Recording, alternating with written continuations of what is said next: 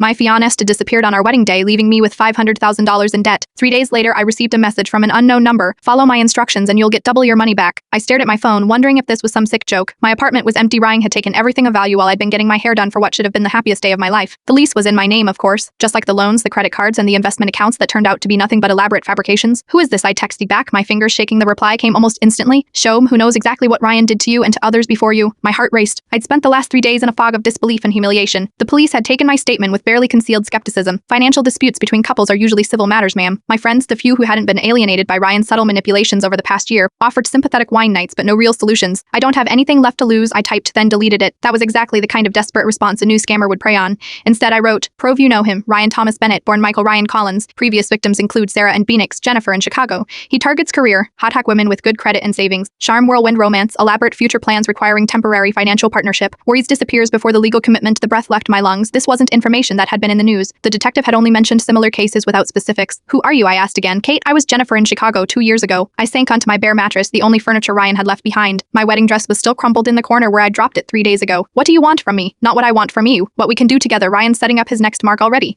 He doesn't waste time between jobs. How do you know? Because I've been tracking him, and now he's in Boston using the name Daniel Preston. He's already got his sights set on a pediatric surgeon named Melissa. My stomach twisted with a strange new emotion, not just a familiar pain and humiliation, but something sharper, more focused. If what Kate was saying was true, I could help stop this from happening to someone else. What are your instructions? I finally typed. Meet me tomorrow, 10 a.m. at Westside Calave on 5th. Come alone. I'll be in a red baseball cap. I glanced around my empty apartment. My bank accounts were drained. My credit was ruined. My career as a financial advisor was in shambles. The irony wasn't lost on me. What kind of financial advisor gets conned out of her life savings? The type who's blinded by love, apparently. I'll be there, I replied that night. Instead of crying myself to sleep, I did something different. I pulled out my laptop and searched for everything I could find on romance scams, confidence men, and psychological manipulation. If I was going to meet this mysterious Kate, I needed to be prepared. For the first time since Ryan disappeared with my money and my dignity, I felt a flicker of something other than despair. It felt a lot like purpose. Westside Calave was busier than I expected. For a Tuesday morning, I scanned the crowd, my nerves making it hard to focus. Then I spotted her, red baseball cap pulled low, dark sunglasses, sitting in the corner with 2 cups already on the table. Olivia? She asked as I approached. I nodded, sliding into the chair across from her. Kate pushed one of the cups toward me. Black coffee. I didn't know how you take it. Black is fine, I said, though I usually drowned mine in cream. Right now I needed the bitterness. Kate removed her sunglasses, revealing sharp, intelligent eyes.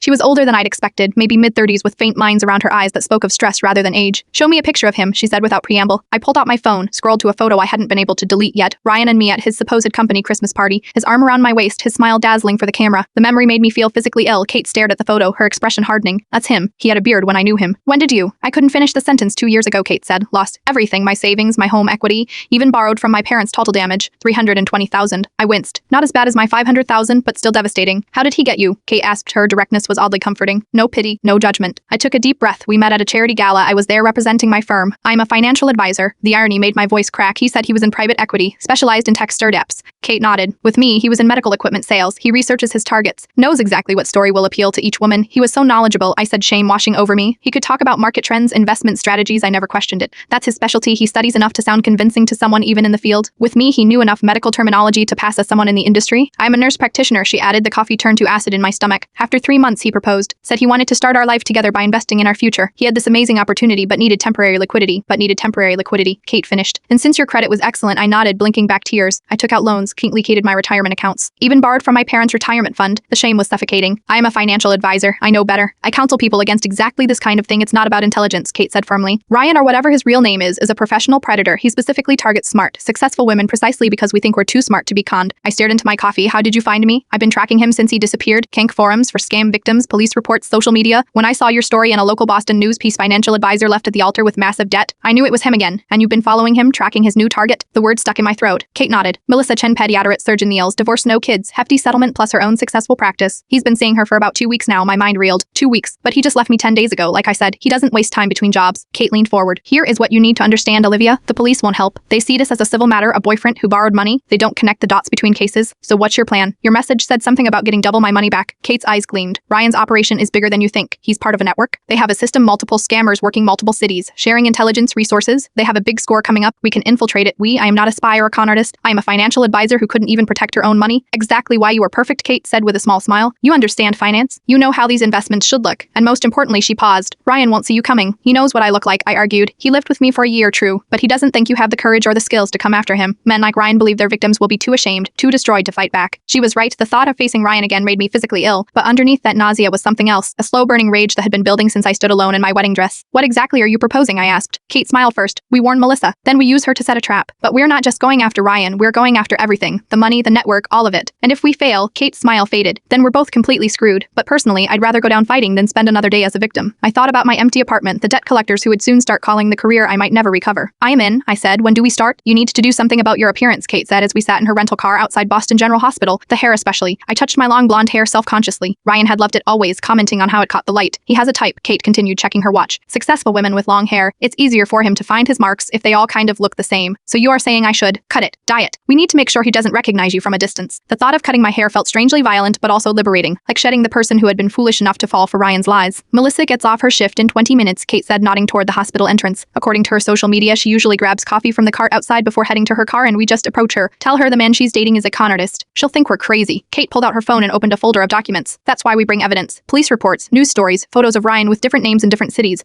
My stomach clenched. You have photos of him with me? No, but we'll take spurts from your socials after this. We need to build a compelling case quickly. I stared at the hospital entrance, anxiety building. What if she doesn't believe us? What if she tells Ryan that's why our approach is critical? We don't attack him directly. That would trigger her defensive instincts. We express concern, show evidence, then step back. Kate glanced at me. You should do most of the talking, me. Why? Your wound is fresh. Your pain is real and visible. That authenticity is our greatest asset. I swallowed hard. So I am supposed to relive my trauma to convince a stranger that her boyfriend is a fraud. Kate's expression softened slightly. I know it's not fair. None of this is fair, but Melissa is running out of time. Ryan moves fast. I closed my eyes, thinking of the moment I'd stood in the empty venue, still in my wedding dress, as the realization dawned that Ryan wasn't coming. The humiliation as I called guest after guest to tell them the wedding was off. The horror as I discovered our joint accounts emptied. Loans in my name I hadn't known about. Okay, I said, opening my eyes. I'll do it. 20 minutes later, we spotted her, a petite woman with dark hair pulled back in a sensible almost walking briskly toward the coffee cart. Even in scrubs, Dr. Melissa Chen carried herself with confidence. Remember, Kate murmured as we approached. Compassion, not confrontation. My heart hammered as we intercepted Melissa at the coffee cart. Dr. Chen, I said, my voice steadier than I expected. She looked up surprised. Yes, my name is Olivia. This is Kate. Could we speak with you for a moment? It's important. Confusion flashed across her face, followed by wariness. No, I said, but we know the man you've been seeing, Daniel Preston. Her expression changed instantly. A flash of pleasure followed by deeper suspicion. How do you know Daniel? Actually, his name isn't Daniel Preston. It's Ryan Bennett, or sometimes Michael Collins. I forced myself to meet her eyes. 10 days ago, he was supposed to marry me. Melissa took a step back, nearly bumping into someone behind her. What is this, some kind of joke? I wish it were, I said, my voice catching. Ryan is a con artist who targets successful women. He's done this multiple times across different cities. Kate gently handed her a folder. These are police reports, news stories, and photographs. We're not asking you to believe us immediately, just to look at the evidence. Melissa glanced at the folder but didn't open it. Why should I trust two strangers who approach me at my workplace? You shouldn't, I said honestly. You should verify everything we're telling you. Check court records, call the Phoenix PD, and ask about the Sarah Winters case. Google Jennifer Hayes' Chicago romance scam. Just be careful with your finances. Melissa's professional composure was impressive, but I could see fear flickering behind her eyes. What exactly are you suggesting Daniel or Ryan wants from me? Has he mentioned any investment opportunities? Kate asked. Or suggested combining finances for a major purchase. Melissa's face paled slightly. He talked about a medical technology startup looking for angel investors that he could get me in early because of his connections. My heart sank. Ryan was already laying groundwork. Let me guess. The minimum investment is just at or slightly above what you could comfortably liquidate. Her eyes widened. How did you? Because that's his pattern, I said gently. He researches his targets thoroughly, knows exactly how much he can extract before moving on. Melissa finally opened the folder, her hands trembling slightly as she leafed through the documents. She stopped on a photo of Ryan and me at a charity gala, his arm around my waist, both of us smiling. This was taken 4 months ago, I said. We were engaged 2 weeks later. He disappeared on our wedding day after emptying our accounts and maxing out credit cards in my name. Total damage. $500,000. Melissa studied the photo, then looked up at me. I could see her clinical mind working, comparing the man in the photo to the one she knew. The beard, she said quietly. Daniel has a beard. He changes his appearance slightly between cons, Kate explained. But it's the same man. Melissa closed the folder. I need to think about this. Of course, I said. We've left contact information inside the folder. Just don't confront him until you've verified what we've told you. Men like Ryan can be dangerous when cornered. She nodded stiffly. Thank you for whatever this is. She tucked the folder into her bag and walked away, her coffee forgotten back in the car. I exhaled shakily. Do you think she believed us? She's considering it, Kate said, starting the engine. That's all we need for now. Doubt is like a splinter. Once it's there, it works its way deeper. What if she warns him anyway? Kate pulled into traffic. Then we move to plan B, which is something much more dangerous. She glanced at me. But first we need to do something about that hair. I know a place. 2 hours later, I stared at my reflection in the salon mirror, barely recognizing myself. My long blonde waves were gone, replaced by a short, dark pixie cut. It's perfect, Kate said, nodding with approval. Ryan would walk right past you on the street. I touched the unfamiliar short strands. Is that what happened to you? You changed your appearance after he left? Kate's expression hardened. After he left, I tried to kill myself, spent 2 weeks in a psychiatric ward. It was there that I decided I wouldn't let him destroy me. The new look came later when I started tracking him. The casual way she mentioned her suicide attempt left me speechless. We should go, she said, checking her phone. I just got a text from Melissa. She wants to meet again. Sumzo, she found something important. As we left the salon, I caught my reflection in the window. The woman looking back at me was a stranger, harder, sharper, with nothing left to lose. Good, I thought, because the old Olivia wasn't equipped for what came next. I found his burner phone, Melissa said, sliding a smartphone across the table in the quiet corner of the hotel bar where we'd agreed to meet. Her face was drawn, eyes shadowed with lack of sleep. He left it charging in my guest bathroom this morning. Kate picked up the phone, examining it. Passcode protected. I've already opened it. The code is 0424. Melissa's voice was flat, clinical. The 24th of April, the day he claimed was his mother's birthday. I winced, remembering remembering how Ryan had used the same date with me,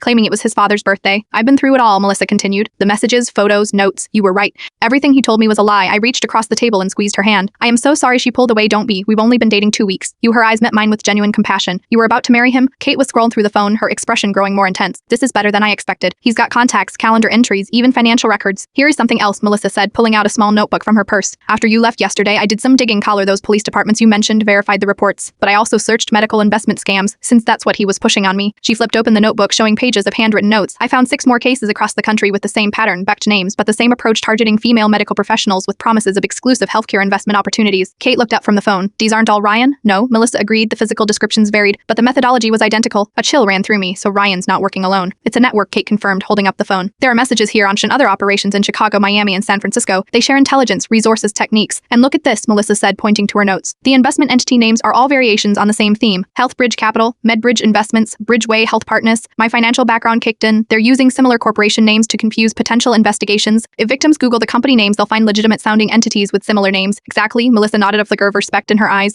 Here is another pattern. After they disappear, the victims report strange follow-up contacts, foreign calls from banking investigators or insurance recovery specialists promising to help recover the lost money for an upfront fee. Secondary scams, Kate muttered, hitting the victims again while they're vulnerable. Deep enough that we need to be careful, Melissa said. She glanced around the bar before continuing. I haven't confronted Daniel Ryan yet. I've been playing along, telling him I am interested in the investment opportunity. Kate's eyebrow shot up. That's risky. I'm not actually giving him money, Melissa clarified, but he's scheduled a meeting for tomorrow night with his investment partner to discuss the details. Shaban named Alexander Grant. That's not in his contacts, Kate said, still scrolling through the phone. No, but here's a calendar entry for tomorrow night at the Four Seasons private dining room. Melissa's eyes gleamed with determination. I thought we might want to attend. I stared at her. You want to walk into a meeting with 2 con artists? Not exactly, Melissa smiled thinly. I want to send you in my place. Silence fell over our table. Kate was the first to recover. That's actually brilliant. It's insane, I countered. Ryan would recognize me instantly. Not with that new haircut and the right makeup, Melissa argued. Plus, you'll have the element of surprise. He's expecting a confident doctor who knows nothing about his schemes, not his former fiancé, refettered, who's wise to his game. I looked to Kate for support, but found her nodding thoughtfully. It could work, Kate said. We'd need proper preparation, recording devices, a safety protocol. She turned to Melissa. But why would you put yourself at risk for this? You barely lost anything. Melissa's professional composure cracked, revealing a flash of anger. Because 3 years ago, my mother lost everything to a romance scammer. She was devastated, humiliated. Her reveration hung heavy in the air. I am sorry, I said softly. Melissa composed herself. When you approached me yesterday, it wasn't coincidence. It was an opportunity for justice. She straightened her shoulders.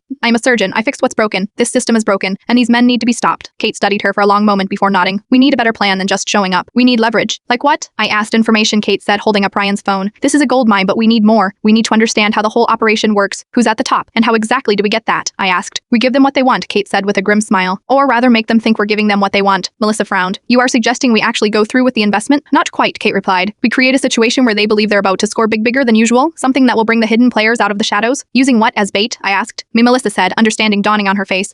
Or rather, my family's foundation. My father left a medical research foundation when he died. It's not huge, but it controls about 15 million in assets. My eyes widened. That's much bigger than their usual targets. Exactly, Kate nodded. If Melissa hints at potential access to those funds, they'll bring in the bigger players. I finished the plan taking shape in my mind. And we'll be ready, Kate said, a fierce gleam in her eyes. For the next several hours, we huddled in Melissa's hotel room crafting our plan. Kate worked on extracting and analyzing data from Ryan's phone, while Melissa and I developed a believable scenario involving her family foundation. We'll need technical support, Kate said, looking up from her laptop. Someone who can help us with surveillance recording evidence properly. I might know someone. I ventured, a client from my financial practice. Former FBI cybersecurity, retired early after an injury. Can you trust them? Kate asked sharply. I thought about Jack Harmon with his meticulous attention to detail and unwavering ethical code. Yes, and he hates scammers more than anyone I know. His mother lost her retirement to one. Make the call, Kate decided. By midnight, our plan was taking shape. Melissa would continue her relationship with Daniel through tomorrow, expressing growing interest in the investment opportunity, but requesting more detailed information. I would prepare to attend tomorrow's meeting at the Four Seasons, posing as Melissa's financial advisor, who needed to vet the investment before she would commit. As Melissa and I reviewed her foundation's financial statements to prepare our cover story, I noticed Kate standing by the window, staring out at the city lights. 2 years, she said quietly, almost to herself. 2 years I've been tracking him, gathering evidence, finding victims.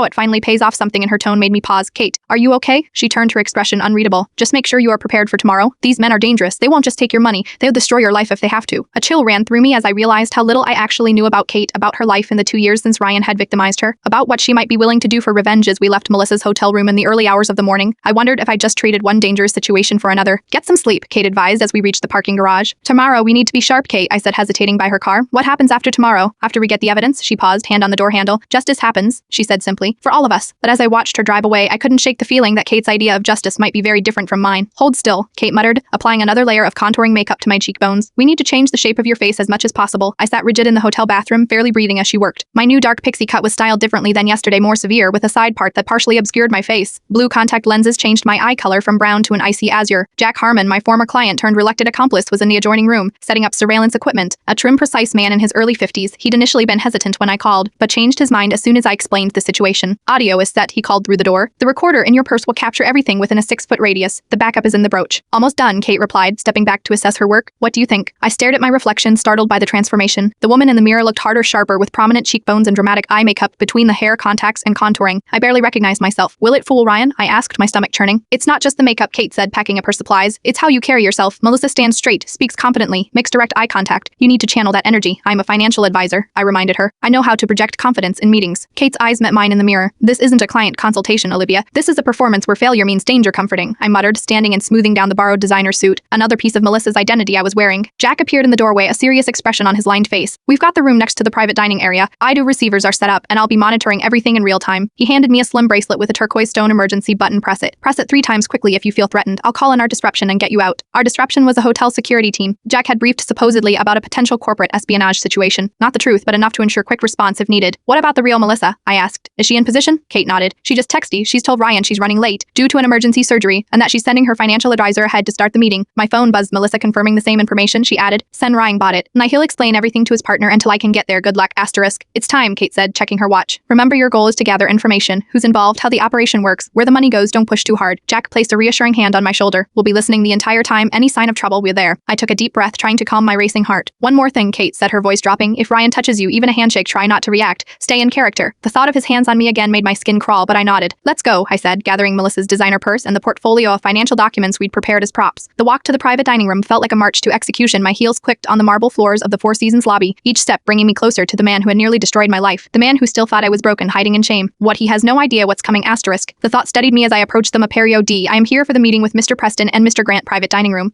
Of course, Miss Wallace, I said, using our agreed alias Eleanor Wallace, representing Dr. Chen. This way, please. As we approached the room, I centered myself in my new identity. Eleanor Wallace, confident, meticulous, unimpressed by flashy investment opportunities. Nothing like the woman Ryan had systematically broken down and rebuilt for his purposes. The Maperio D opened the door, and there he was. Ryan, or Daniel as he was calling himself now, sat at a table with another man. He looked up as I entered, his expression professionally pleasant but empty of recognition. My disguise was working, Miss Wallace, he said, standing. Thank you for coming. I am Daniel Preston. Dr. Chen mentioned she'd be sending her advisor ahead. His voice, that same voice that had whispered love into my ear, that had promised me forever, now washed over me without a hint that he recognized me. The relief was dizzying. Yes, Dr. Chen apologizes for the delay. Emergency surgery, I said, my own voice steady and slightly lower than usual. She asked me to review the opportunity thoroughly before she arrives. Of course, Ryan smiled. That practiced, perfect smile that had once made my heart race. Now I could see the calculation behind it. This is my colleague Alexander Grant. The other man rose, tall, silver-haired, with an expensive suit, and the confident demeanor of someone who expected deference. He was older than Ryan, perhaps in his 50s, with cold eyes that assessed me carefully. A pleasure, Miss Wallace, Grant said, extending his hand. I shook it firmly, noting his signet ring and custom cufflinks. This man wasn't just another con artist. He had the polished sheen of legitimate wealth and power. Dr. Chen speaks highly of you, Ryan continued as we sat. She mentioned you've been handling her finances since her divorce. 3 years, I confirmed, the rehearsed rec flowing easily. I specialize in high net worth medical professionals. Excellent, Grant smiled. Then you'll appreciate the exclusive nature of this opportunity. We're offering participation in a medical technology venture that's on the verge of FDA approval. The minimum investment is $2 million, but for Dr. Chen, we're willing to accept 1.5 given Daniel's relationship with her. I raised an eyebrow, projecting skepticism. That's quite a discount for a 2-week relationship. Ryan laughed smoothly. Quality connections don't always require lengthy timelines, Miss Wallace. Indeed, I replied, though due diligence certainly does. I'll need to see the prospectus, regulatory filings, leadership profiles, current capitalization. Grant's smile tightened slightly.